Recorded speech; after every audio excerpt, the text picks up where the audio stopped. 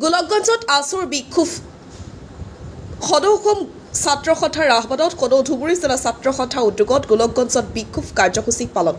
অসমৰ পৰা অবৈধ বাংলাদেশী মৌলবাদী উৎখাত আৰু অসম চুক্তি ৰূপায়ণৰে অবৈধ বিদেশী প্ৰৱচনৰ সমস্যা সমাধানৰ দাবীত বিক্ষোভ প্ৰদৰ্শন কৰা হয় সদৌ গোলকগঞ্জ ছাত্ৰ সন্থাৰ কাৰ্যালয়ৰ বিক্ষোভ সমদল ওলাই অসম চুক্তি ৰূপায়ণ কৰক বিজেপি চৰকাৰ হুঁচিয়াৰ কা আমি নামানো অসম চৰকাৰ হাই হাই আদি শ্লোগান দি গোলকগঞ্জ সমজিলা কাৰ্যালয়ত উপস্থিত হয় গোলকগঞ্জৰ পৰা তপনৰা report north east frontier news होशियार होशियार होशियार असम सरकार ले ले चल चल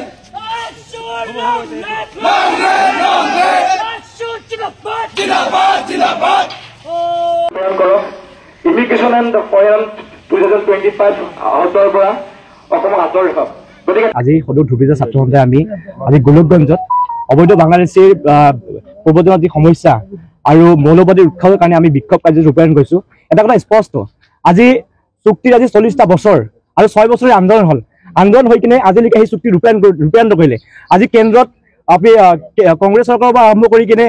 বিজেপি চৰকাৰ আছিলে কিন্তু দেখা গ'ল যে 40টা বছৰ এটা জাতিয়ে মাত মাতি আছে কিন্তু এতিয়ালৈকে সমস্যা সমাধান নহল গতিকে এটা কথা স্পষ্টভাৱে ক'ব বিচাৰো আজি অসমীয়া এটা খিলঞ্জীয়া জাতি যি জাতিয়ে নিজৰ ভাষা সংস্কৃতি নিজৰ ধৰ্মৰ নামত যি সংস্কৃতি নিজৰ কালচাৰ এই ৰক্ষণা কৰাৰ কাৰণে 40টা বছৰ যি আমি আন্দোলন কৰি আছো আৰু অনাগত দিনত আন্দোলন কৰি যাম যেতিয়ালৈকে আমাৰ অসম চুক্তি নহয় আৰু তাৰ লগতে এটা কথা ক'ব বিচাৰো যে যিহেতু আমাৰ গোলকগঞ্জৰ ওচৰতে আমাৰ ভাৰতবৰ্ষৰ সীমান্ত আজি যি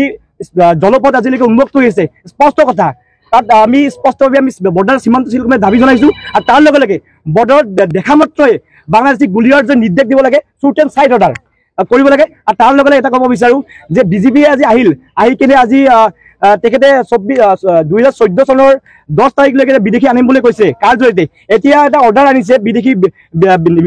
অহাৰ কাৰণে 2024 তাৰিখৰ 10 ডিচেম্বৰলৈকে গতিকে ধৰ্মৰ নামত কোনো ধৰণৰ ৰাজনীতি নহ'ব বিদেশী ইয়াত কোনো ধৰণৰ হিন্দু হওক বা মুছলমানে হওক গতিকে আমি এটা কথা স্পষ্ট 1971 চনৰ 24 বছৰ পিছৰ পৰা হিন্দুৱে হওক বা মুছলমান হওক বিদেশী তাৰ কাৰণে অসম চুক্তি হৈছিলে 860 হৈ গৈছিল গতিকে ইয়াতকৈ যদি আমি শহীদ হ'ব লগা হয় অনাগত আমি শহীদ হ'বলৈ সাজু হৈ আছো আৰু এটা স্পষ্ট আমাৰ লগত জৰিয়তে আমি ক'ব বিচাৰো যে অনাগত দিনত অসম চুক্তি যদি ৰূপায়ণ নহয় তেতিয়া আমি ইয়াতকৈ ভয়ংকৰ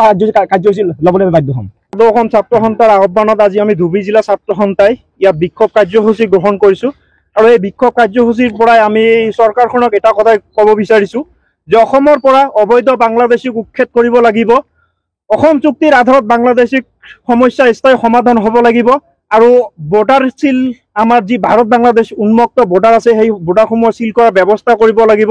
আৰু অসম চুক্তিৰ 6 নং দফা ৰূপায়ণ কৰিবৰ ব্যৱস্থা কৰিব লাগিব লগতে ধৰ্মৰ নামত বিদেশীক ভাগ কৰি সংস্থাপন দিব খোজা চৰকাৰখনক আমি সকীয়াই দিব বিচাৰিছো যে কাৰ লগতে আমি ইমিগ্ৰেশ্যন এণ্ড ফৰেনাৰ্ছ এণ্ড এক্সেম্পশ্যন যিখন অৰ্ডাৰ 2025 চৰকাৰে লাগু কৰিছে সেইখন আমি ছাত্ৰ সন্থাই কেতিয়াও নামানো আৰু এইখনৰ পৰা অসমক সম্পূৰ্ণৰূপে আঁতৰত ৰাখিবলৈ আমি চৰকাৰক আহ্বান জনাইছো নহ'লে অনাগত দিনত ইয়াতকৈ ভয়াৱহ তীব্ৰতা আন্দোলন গঢ়ি তুলিবলৈ আমি ছাত্ৰ সন্থাই বাধ্য হ'ম